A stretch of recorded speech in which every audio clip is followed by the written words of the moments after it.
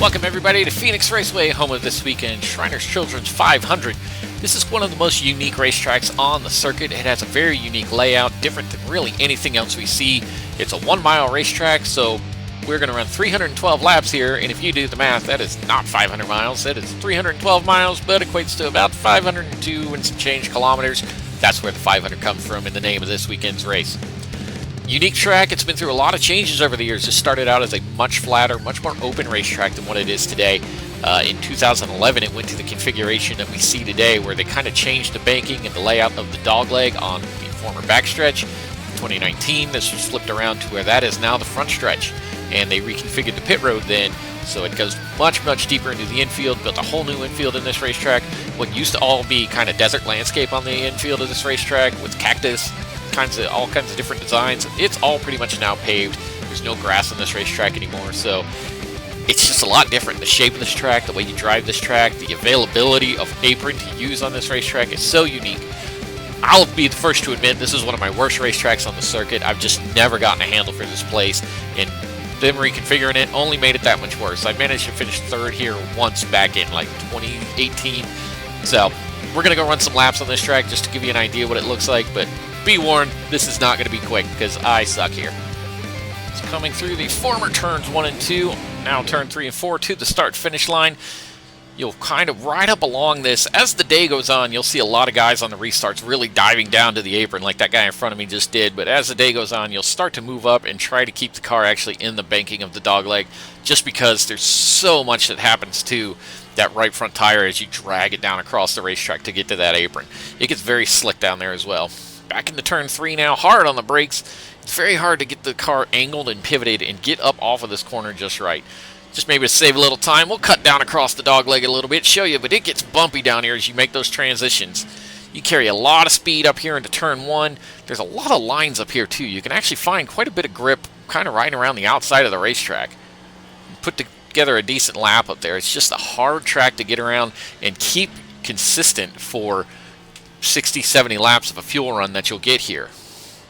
Tires won't be as much of an issue. This is not a horribly old surface. It's a little weathered, it's a little worn, but it's still only about 13, 14 years old. It's not in the worst of condition. It doesn't get as much of the difference in weather that you see at like a track like Michigan that was repaved in 2012. So it's a good racetrack. It's very clean.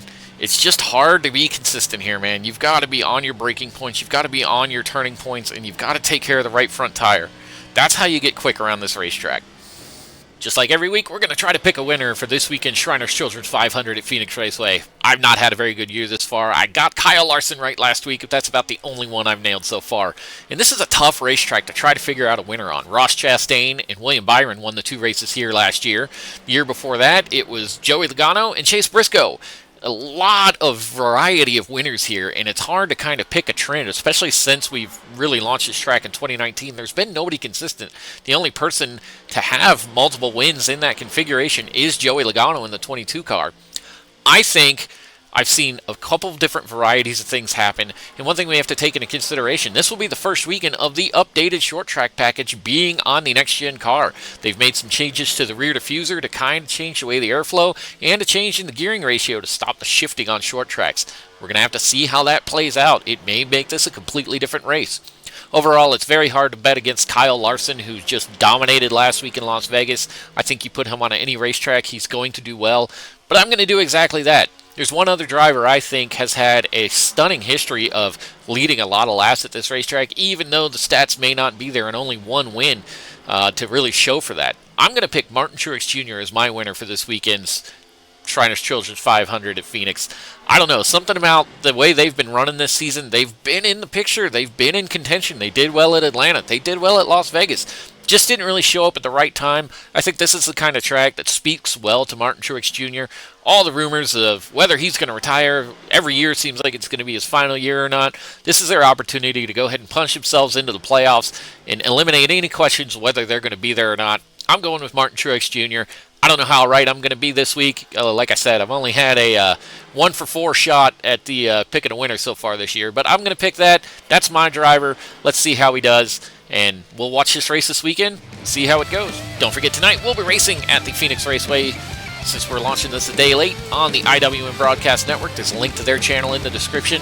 Don't forget you can follow along with all things Mosh Racing at our Facebook page, and we have a new Instagram because we're selling out to the man. Follow us along there. You'll have any updates on any races we're running, any live streams we're hosting, and you'll get a direct link to these weekly videos giving us an update and kind of a look ahead to the race that's coming the following weekend. Looking forward to the race this weekend. Everybody enjoy it. Follow us along next week. We'll be reviewing Bristol Motor Speedway and our first return to a spring not dirt race. I can't wait because that dirt race was dumb. See you, everybody. Have a good weekend.